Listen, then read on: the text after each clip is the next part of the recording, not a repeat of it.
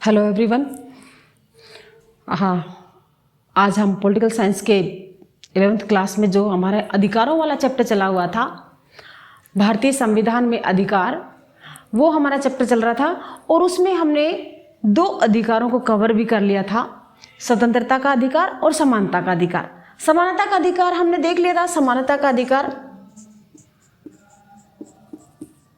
समानता का अधिकार अनुच्छेद कितने, ये तुम्हें मैंने बता दिया था। हमारे संविधान के भाग 3 में अनुच्छेद 12 से लेकर के कहां तक, 35 तक। अनुच्छेद कितने में, 14 से 18। दूसरा हमारा अधिकार था स्वतंत्रता का अधिकार।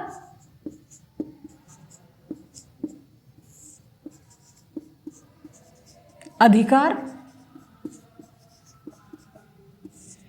अनुच्छेद 19 से 22।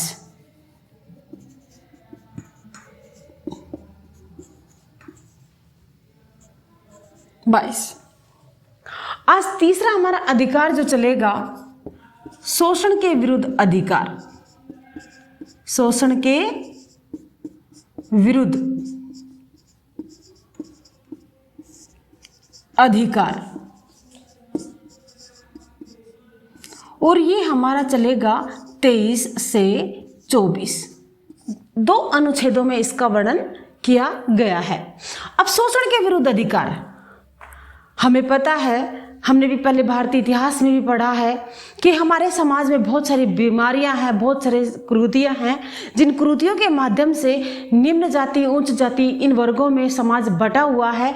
और बटा होने के कारण जो निम्न जातियां, उनको हमेशा से दबाया जाता था, कमजोर व्यक्ति को दबाया जाता था, उनका शोषण किया जाता था, उनसे यहाँ तक कि अपने घर के काम भी करवाए जाते थे, वो भी किसमें, फ्री में।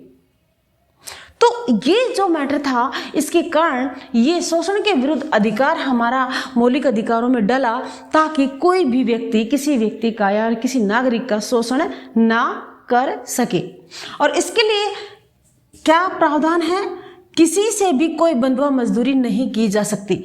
तो बंधुआ मजदूरी सब समझते हैं ना, बंधुआ मजदूरी पर रोक,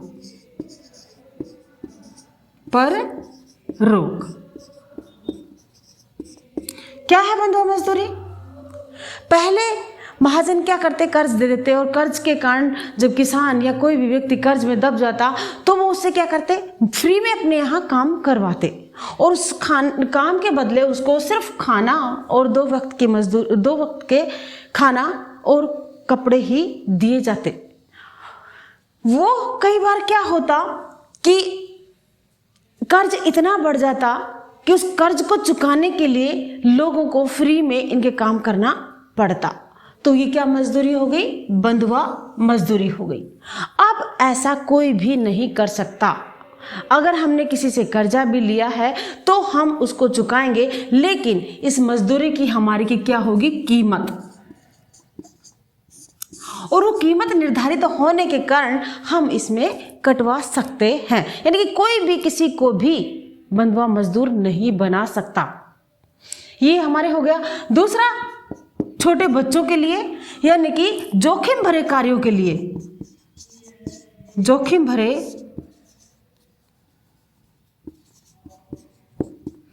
कार्यों में, या हम कहें कि बाल मजदूरी में, या बाल मजदूरी पर रोक। कई बार होता है छोटे छोटे बच्चों को, जिनके कमाने वाले भी नहीं होते, सहारा नहीं होता, वो बच्चे क्या करते, काम करने के लिए निकल जाते हैं, या उनके जिनके माता पिता कर्ज ले लेते हैं और उनसे वो बच्चों से काम करवाते हैं, या छोटे बच्चों की मजबूरी हो जाती है कि उनको मजदूरी करनी पड़ जाती है। यहाँ बाल मजदूरी नहीं करवा सकते, इस पर रोक लगाई गई है। खास करके जोखिम भरे कामों में हम देखते, कई खानों में कारखानों में जहाँ धुआं ये ज़्यादा निकलता है, तो वहाँ बच्चों से हम काम नहीं करवा सकते। अगर हमने ऐसा किया तो सरकार इस पे एक्शन ले सकती है, लेगी, ताकि बच्चों को इस चीज़ से बचाया जा सके। क्योंकि हमारे यहाँ शिक्षा का अधिकार व्यवस्था भी की गई है। शिक्षा का अधिकार जो हमारे है कितने 6 से 14 साल के बच्चों को लिए, 6 से 14 वर्ष के बच्चों के लिए, इनके लिए शिक्षा का अधिकार मुफ्त किया गया, फ्री किया गया है, ताकि ये बच्चे बाल मजदूरी से बचें और शिक्षा ग्रहण करें, किसी बच्चे का विकास ना रुके, ये अपना विकास करें ताकि इनको अच्छी एजुकेशन मिल के। क्योंकि हर व्यक्ति में क्या होता है, टैलेंट होता है, और यहाँ जब ये बाल मजदूरी के लिए चले जाएंगे तो इनका टैलेंट क्या हो जाएगा, दब जाएगा। तो इस टैलेंट को उखाड़ने के लिए या इसको निखारने के लिए सरकार ने ये व्यवस्था कर दी है कि 6 से 14 साल के बच्चा क्या रहेगा, फ्री एजुकेशन होगी उसकी, उसका जो भी है गवर्नमेंट उठाएगी। तो ये सारी व्यवस्था हमारे की गई है कि बाल मजदूरी नहीं किया जा सकती, बच्चों से किसी कारण भी उनसे जोखिम भरा कार्य नहीं लिया जा सकता। चौथा हमारा जो अधिकार है, धार्मिक स्वतंत्रता का अधिकार। धार्मिक स्वतंत्रता का अधिकार,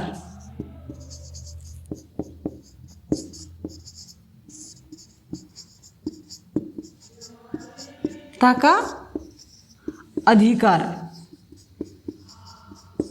और ये हमारे अनुच्छेद कितने में है, 25 से लेके 28 तक। धार्मिक स्वतंत्रता का अधिकार 25 से 28 तक, क्योंकि भारत जो देश है विभिन्न धर्मों वाला देश है। हमारे यहाँ विभिन्न धर्म, विभिन्न संस्कृतियाँ के लोग निवास करते हैं, और उनके धर्मों को देखते हुए कोई भी बहु धर्म वाला व्यक्ति या अधिक धर्म वाले व्यक्ति अल्पसंख्यक या अल्प धर्म के व्यक्ति को दबा नहीं सकता। हर व्यक्ति को अपनी धार्मिक स्वतंत्रता के लिए अधिकार दिया गया है। कोई भी व्यक्ति किसी भी में आस्था रख सकता है, आस्था व पूजा अर्चना करने की स्वतंत्रता।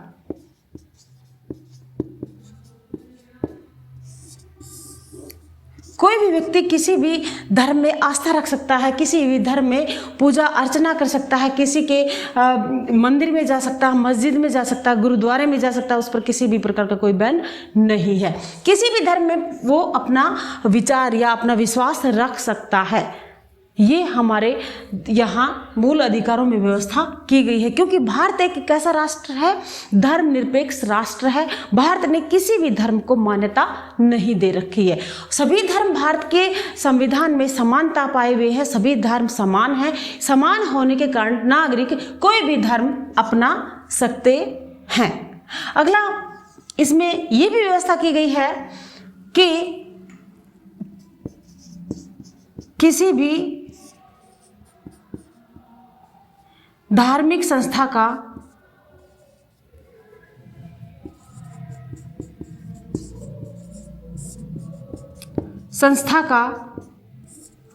संचालन करना और उसे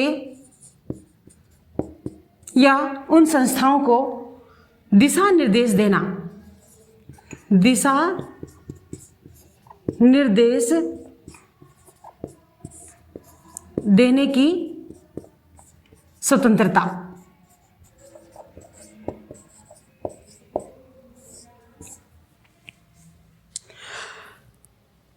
भारत के कोई भी नागरिक कोई भी धार्मिक संस्था बना सकता है, बशर्ते कि वो देश के खिलाफ ना हो।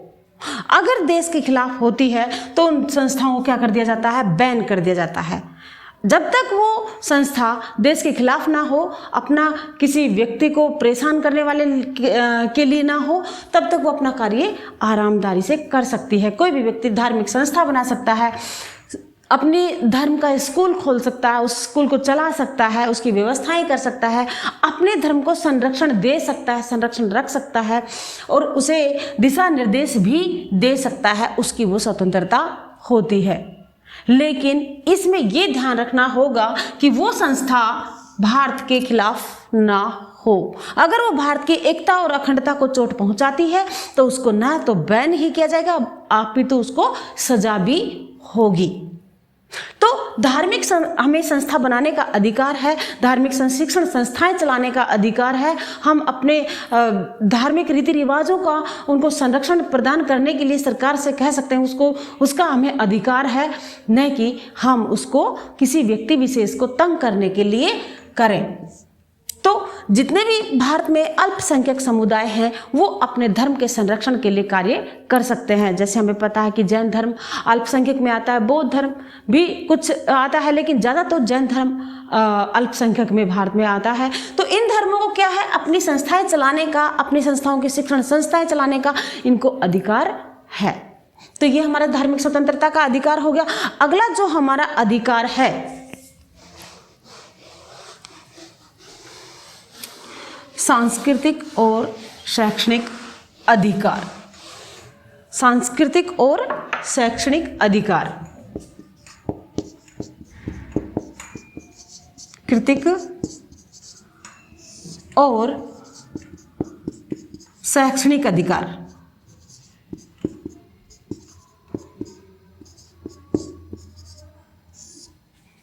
अधिकार और ये हमारा अनुच्छेद 29 से 30, अनुच्छेद 29 से 30।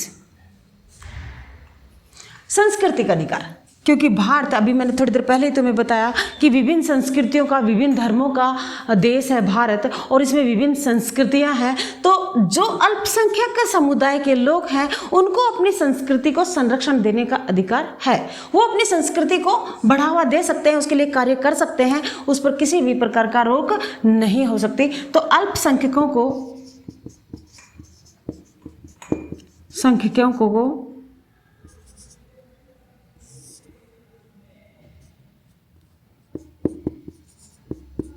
अपनी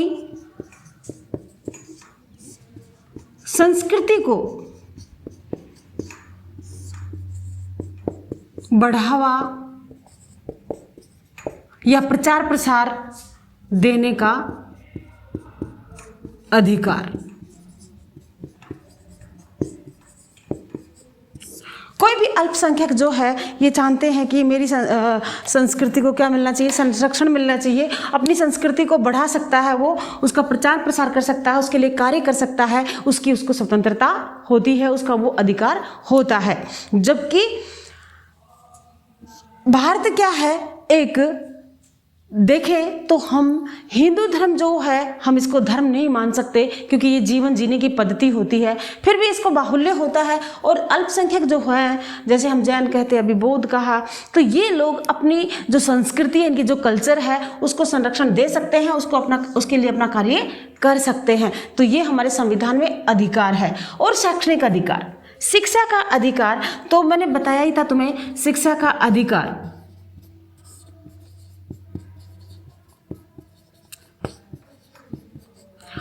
अल्पसंख्यक जो है, उनकी भाषा है, उनका धर्म है, उसकी शिक्षा जो है वो उसको दे सकते हैं। जैसे कि हमारे यहाँ वैदिक स्कूल भी हैं, हमारे मदरसे भी हैं, तो हमारे गुरुद्वारों के लिए, सिखों की शिक्षा के लिए गुरुद्वारों में भी जो शिक्षा व्यवस्था की जाती है उनके लिए वो भी हैं।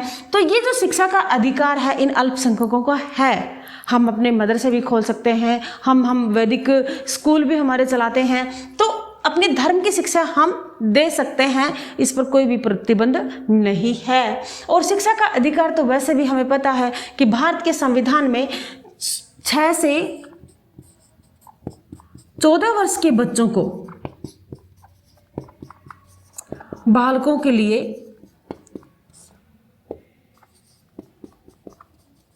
निःशुल्क शिक्षा का प्रावधान किया गया है।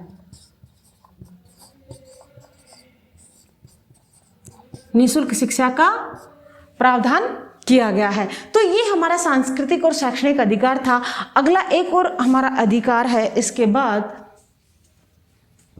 हमारे मूल संविधान में 7 अधिकार थे, जिनमें एक अधिकार हमारा अनुच्छेद 31 में था, संपत्ति का अधिकार। संपत्ति का अधिकार।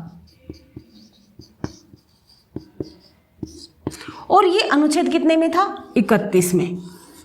लेकिन इसको क्या कर दिया गया? संविधान से हटा दिया गया।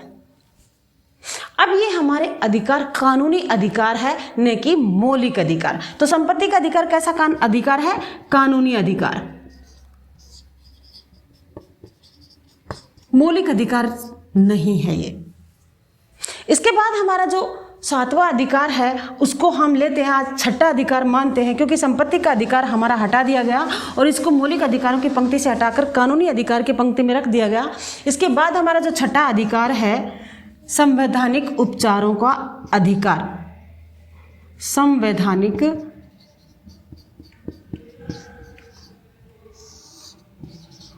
उपचारों का अधिकार।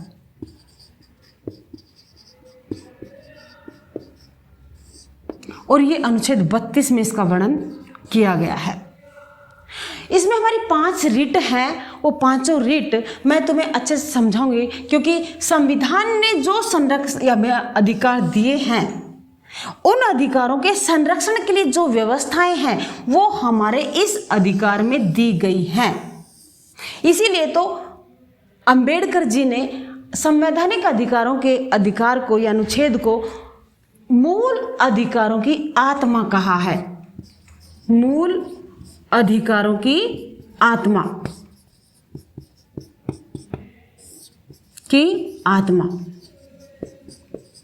क्यों कहा इसको आत्मा? क्योंकि हमें ये सब अधिकार प्राप्त है, लेकिन ये अधिकार अगर हमें प्राप्त नहीं है तो हमारे मूल अधिकारों का कोई भी औचित्य नहीं है।